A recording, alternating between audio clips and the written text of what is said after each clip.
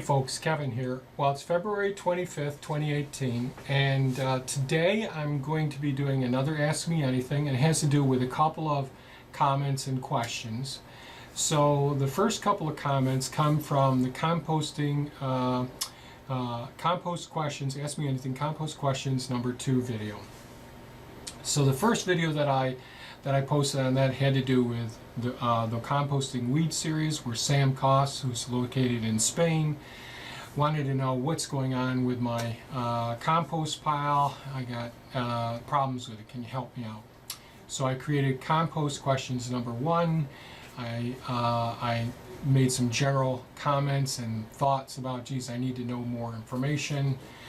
Sam subsequently sent me a video showing me his pile, and I could see, geez, it looks like it's got too much carbon, not enough nitrogen, too loose a pile, probably too dry a pile. I'm summarizing this all real quickly.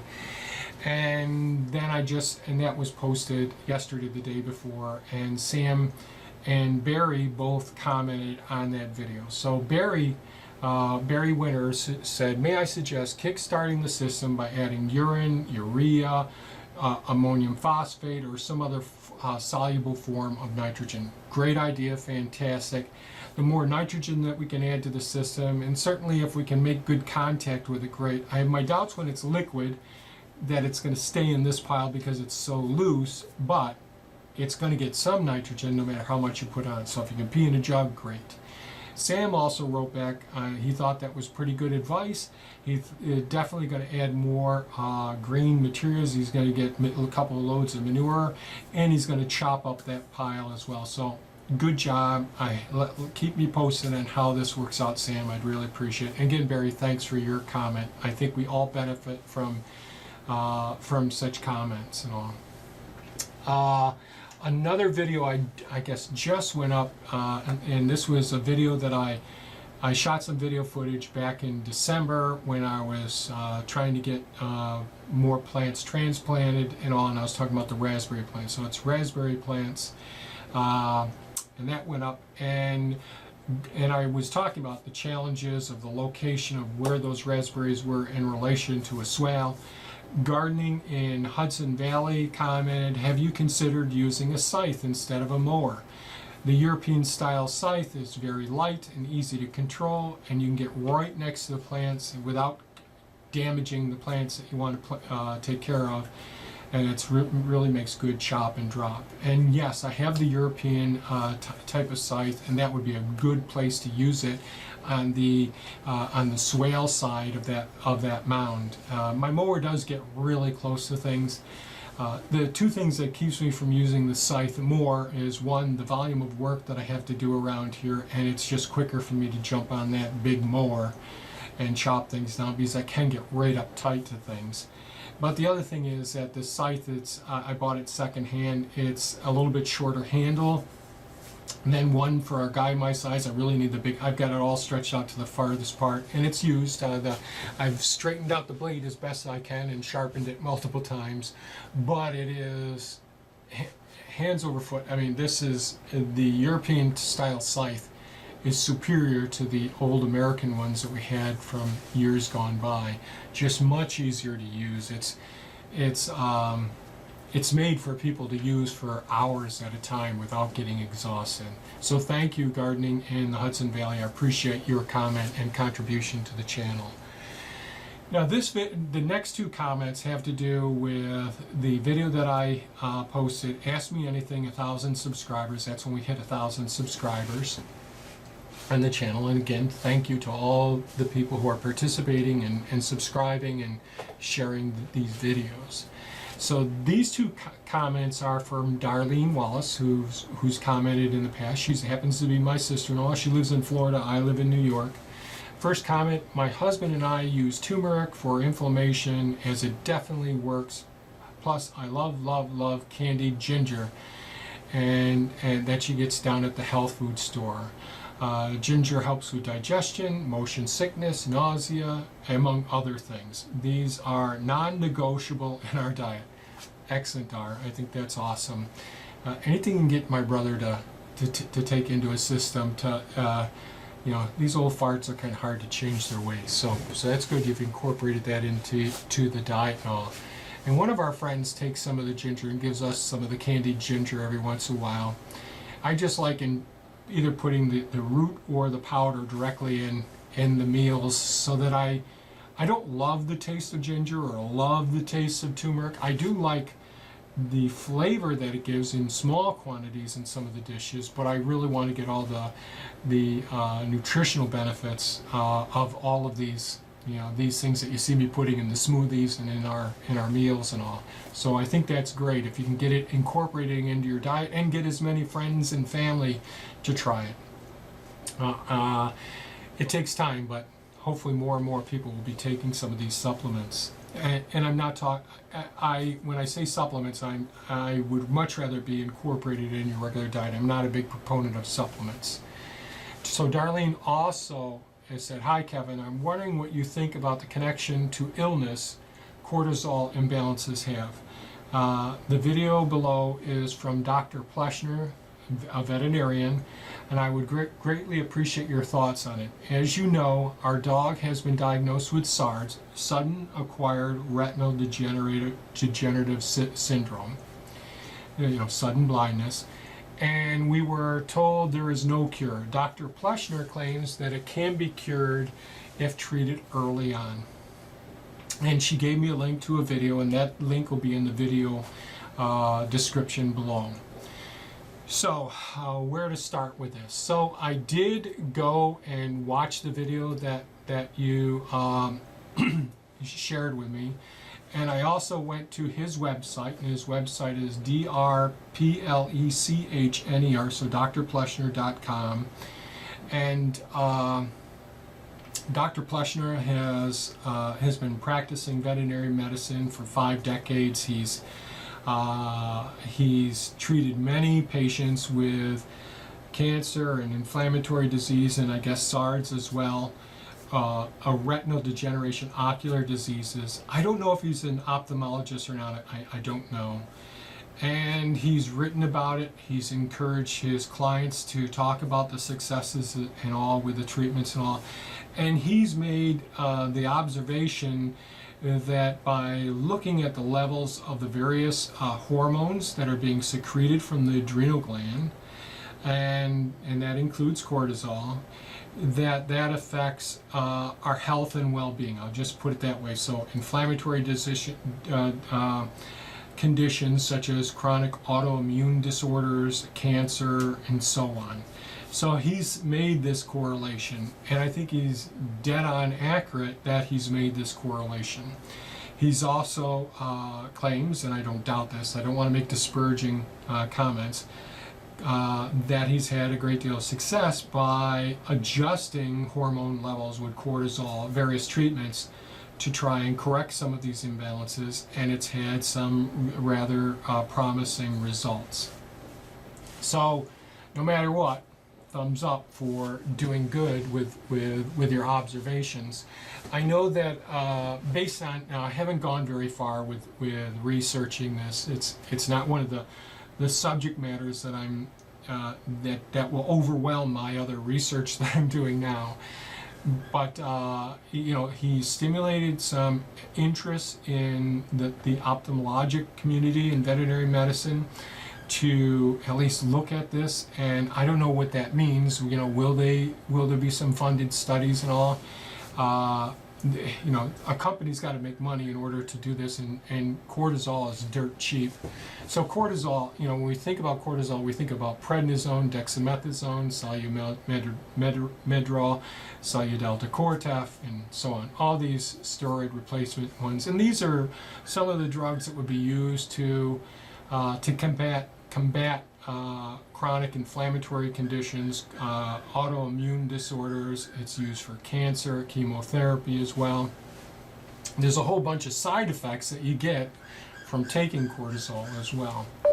So what I'm going to do now is just step back and just talk a little bit about the adrenal gland, where cortisol comes from.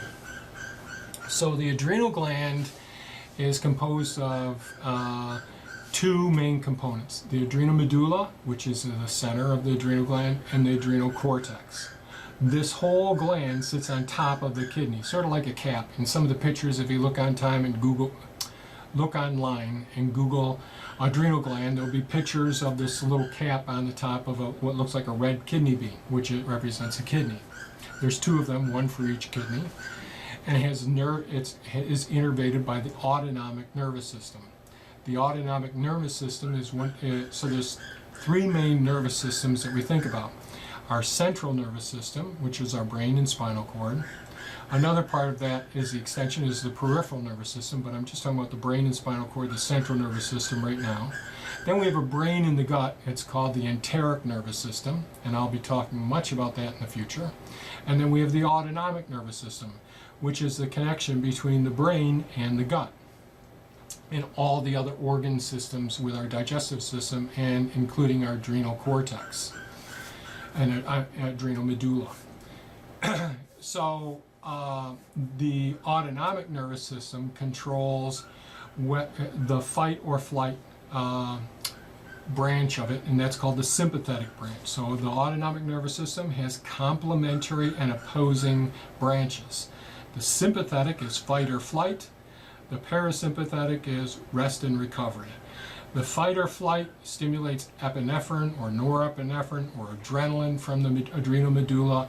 That goes around, makes you sweat, makes your eyes dilate, makes your heart race, releases glucose from your glycogen stores in your muscles so that you're charged up and can fight the fight or get the heck out of danger's way. So that's the sympathetic nervous system. It has a complementary and opposing system. The parasympathetic nervous system, which is your rest and recovery and digestion and all of those things related to it. So they're complementary and opposing, and that's the branches that come from the central nervous system and attaches to the enteric nervous system and the adrenal medulla as well as other systems. Now, I've got to say this. I am a holist that was trained in the medical profession as a reductionist.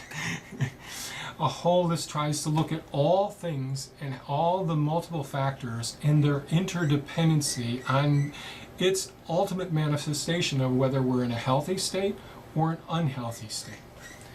So as a reductionist, we break things down into their most fundamental, rudimentary cause. And there's where we can get off track, because we break things down. We say, this is a silver bullet. This is where everything's going wrong. This gene is causing it, or this hormone is causing this. All we got to do is supplement and replace this.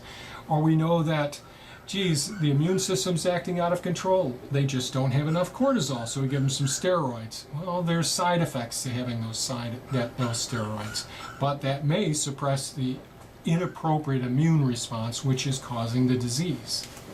So I'm not going to go down that path too much. So we talked about the three main categories of nervous system: the central nervous system, the enteric nervous system, the brain and the gut, and the autonomic nervous system, which has complementary components that secretes the stress hormone from the medulla of the adrenal gland.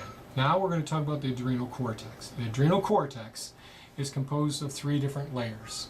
And the way I would teach students about it, that they'd always remember it is, well, it just gets better as you get to the center. It's the outer part regulates salt, middle part sugar, inner part sex. Salt, sugar, sex, better towards the middle.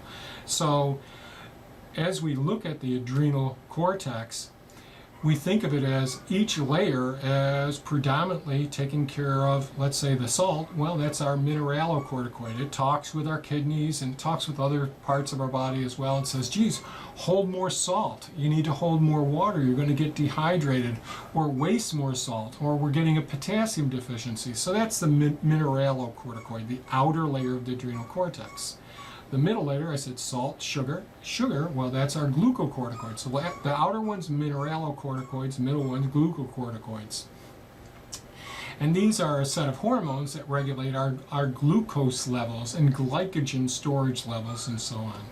So it has a set of feedback mechanisms, and we're going to talk about feedback mechanisms in a moment. So it's salt, mineralocorticoids, sugars, the glucocorticoids, and then we're going to get to the sex. Now those are the hormones that have either like estrogen type effects or are androgen effects, one that affects more like testosterone and all.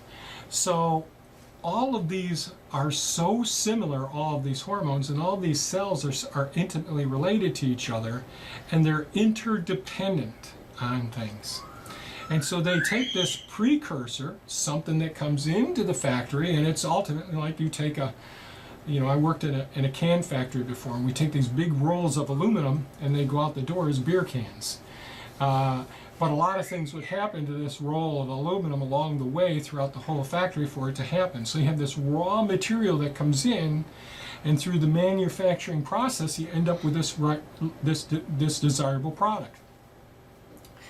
And you can have, during the processing system, you can have a disruption in the pathway for the thing from the initial resource, and the initial resource is cholesterol.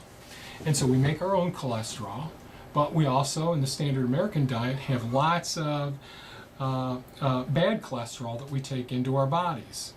And this bad cholesterol, we call it low density lipoprotein, or very low density lipoprotein, and this comes in dietary forms. But we take cholesterol, and cholesterol is integrated into our outer cell membrane of all the cells in our body, including those cells in the adrenal cortex.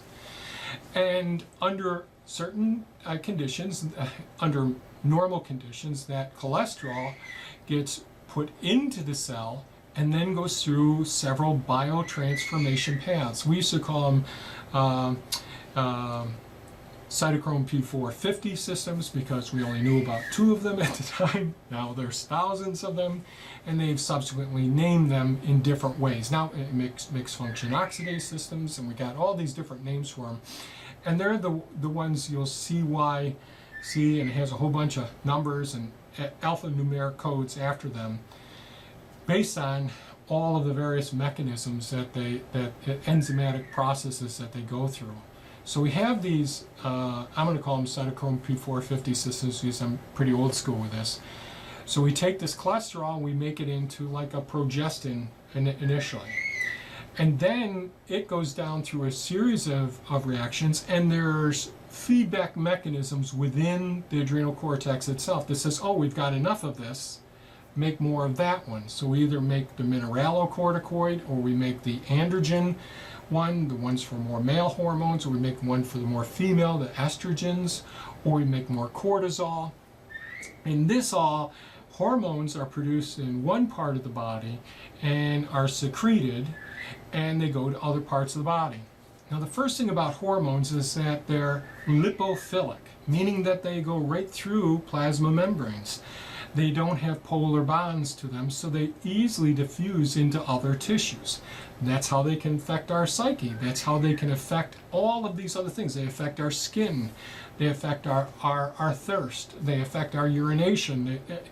These types of steroids easily get into all of these different compartments, into our other organ systems. So I'm going to try and stay on track with it because my mind wants to go to other areas right now. And as we're producing these various hormones, these hormones go up and we have negative feedback systems. So we have an area in our brain that feeds an area below our brain, our pituitary gland, and there's this feedback mechanism that comes up and says to our brain, oh, we've got enough cortisol level, don't secrete this hormone to the pituitary, which secretes another hormone, a chemical communicator that goes to the adrenal gland and says, we got enough cortisol, don't make any more cortisol, save that and make one of the other hormones. So I hope that made sense as far as what we knew way back then. We knew that there were these feedback mechanisms, and Dr. Plechner has described, his awareness of this as well. And back a couple of decades ago, when I was first practicing as an internist, one of the things we discovered was, wow, geez, in the adrenal glands. Well, let me start with, I get calls from general practitioners saying, Dr. Wallace, I have a dog who looks like it's Cushionoid. It's drinking excessively, it's peeing excessively, it's getting a pot belly, it's losing its hair, it's becoming weak, it's getting old before its time. It seems like an old man when he's such a young dog, and all of these things are going on. And the fat accumulation up over the shoulders, the very, very thin skin, all of these things look like. And he said, and the practitioner would say, I did a urine cortisol level. I went ahead and did an ACTH stimulation test. I went ahead and did a dexamethasone suppression test. The dog isn't cortisol. What am I doing wrong? I'm going to send the case to you. I'd get the case, and had this happen many times, and we look at it and we'd see, geez, when we did a sex hormone profile, we'd see some of these hormones were sky high, and they were having similar clinical manifestations to the cortisol. And there's a whole bunch of them, and we'd see in certain breeds, we'd see certain constellations, certain combinations that we'd see in certain breeds. And so we said, there's a genetic predisposition to this as well. So that's where I was back then with that information. Now, in future videos, I'll be talking about my correlation with that clinical manifestation, immune-mediated disorders, and other behavioral disorders associated with what I was seeing going on in the digestive system. But that's too much for today. So we'll go back to, what Dr. Plechner has described as he sees that there's potentially a deficiency in one hormone. Let's go ahead and treat that early on, and that may reverse the development of sudden acquired retinal degeneration, SARDs. And again, these SARDs is named, the S on the end of SARDs is syndrome. And a syndrome is a constellation of clinical signs associated with a disease process. It doesn't mean that we ever got to the true diagnosis. In medicine, people often say, well, I've got a diagnosis of this or a diagnosis of that. And I would say, well, how did they make the diagnosis? And people would look at me like, what are you talking about? When we say diagnosis, we may have an anatomic diagnosis, we may have a radiographic diagnosis, we may have a histologic diagnosis, we may have a cytologic diagnosis, we may have a differential diagnosis. So there's all these different types of diagnosis. And I'm not trying to say that as a clinician we don't have a clue, but we can just refine things down to a certain point, and we have a certain degree of confidence that a disease syndrome is being caused by a specific entity. So now I want to stop for a second and say, in the videos that I've created so far, there's a video that I made, and I'm trying to find the things here. So I started this lifestyle medicine series of videos. So the first one talked about the relationship. Geez, I thought I had a picture of it here.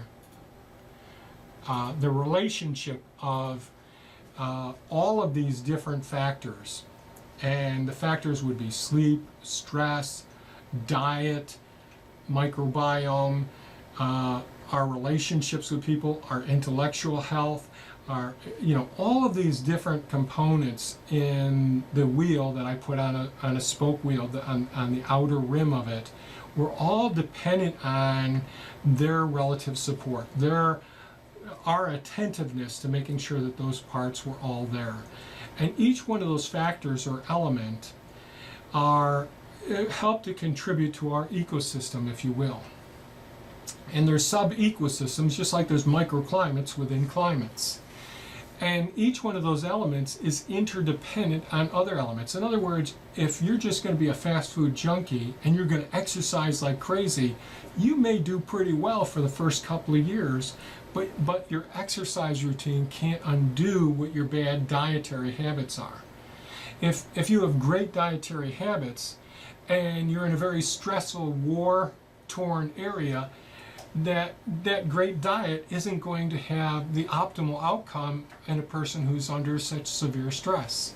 So we have to have equal attention. I don't want to say the word balance because that's overused.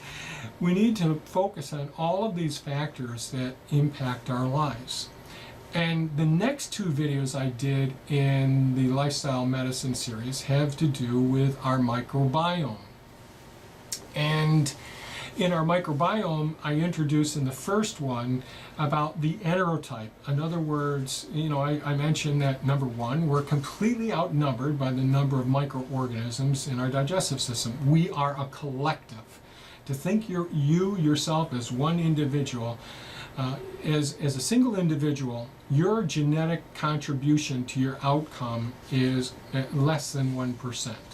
No matter whatever genetic predispositions you have, with the exception of 5 different disease processes, I think it's 5, you only have basically 1% of the impact on your outcome based on your genetic predispositions. And we'll be talking more about single nucleotide polymorphism, nutrigenomics, nutrigenetics, and epigenetics. These are all topics that I'll be talking about in future videos with relationship to lifestyle medicine. But in those first two videos, the first one we talked about the enterotype. We have all these microorganisms that dwarf our genetic potential. So, 100 trillion to 1 or 100 trillion to 10 trillion cells in our body. And those microorganisms have a tremendous impact with their genes and all. And we talked about the different enterotypes. So if you're eating the standard American diet, well, you're not going to have the right amount of fiber, and therefore you're not going to make all the vitamins and nutrients that get absorbed by the system that combat these age-related disease processes that we have. And I'm going to come to why this matters with SARDs in a moment. So this whole thing with our digestive system and our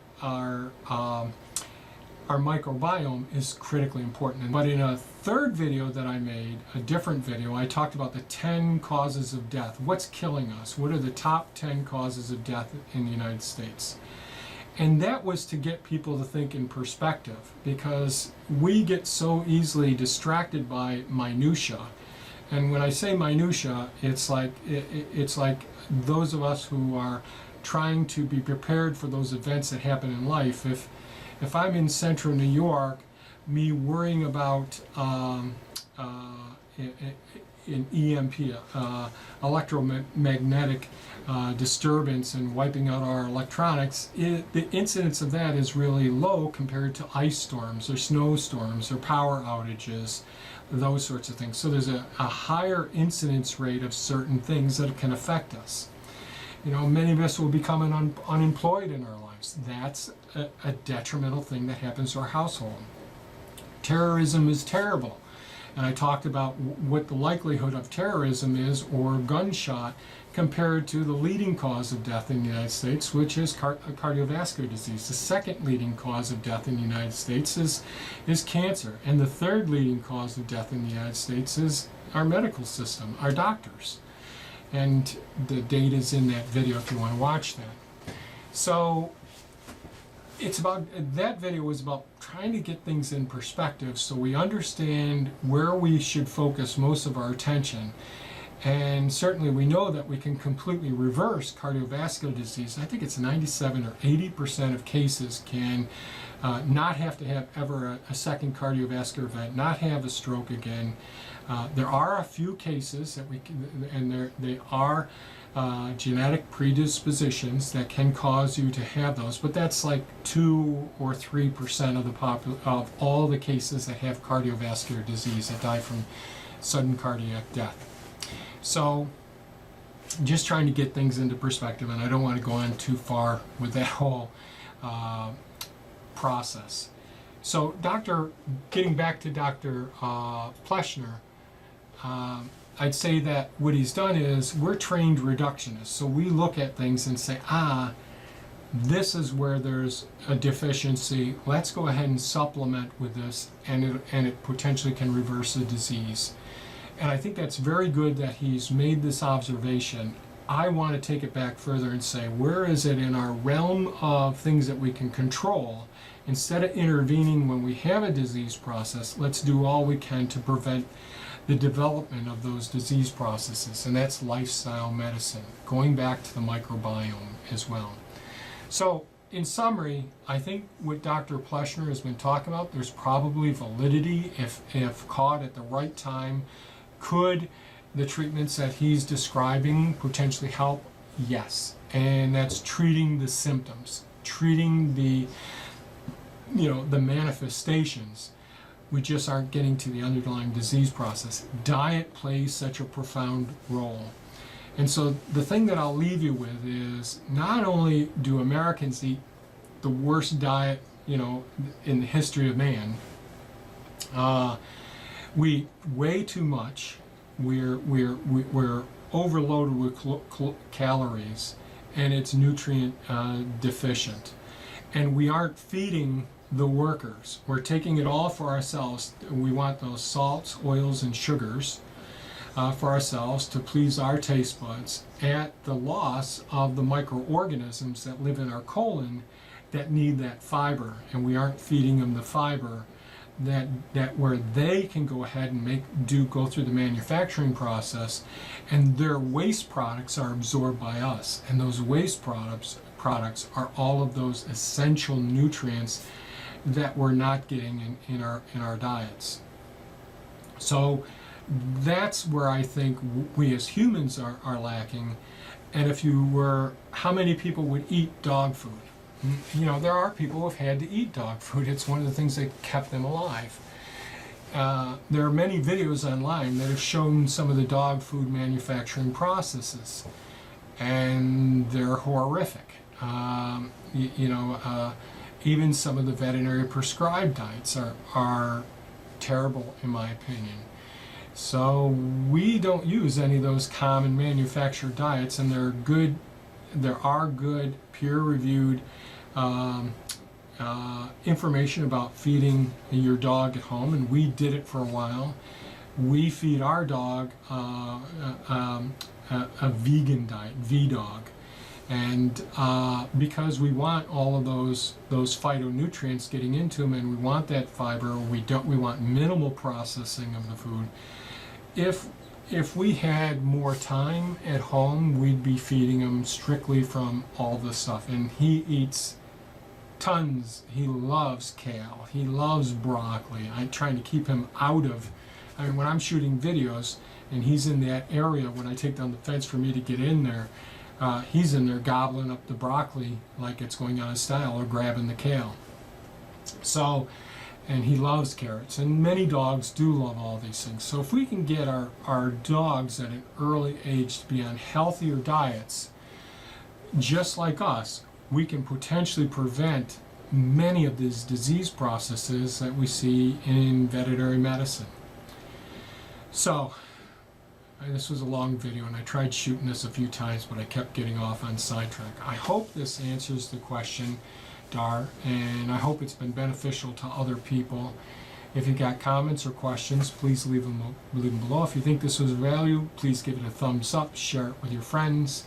I think Dr. Plechner has done a pretty good job, especially being educated so long ago in the 50s with his education and all, and I think he's contributed, and he's, at least at the new age, he's producing stuff that's showing up on YouTube and on his website. So that's all I guess I've got to say at this point. So thanks so much for watching, folks. Have a great day. Bye-bye now.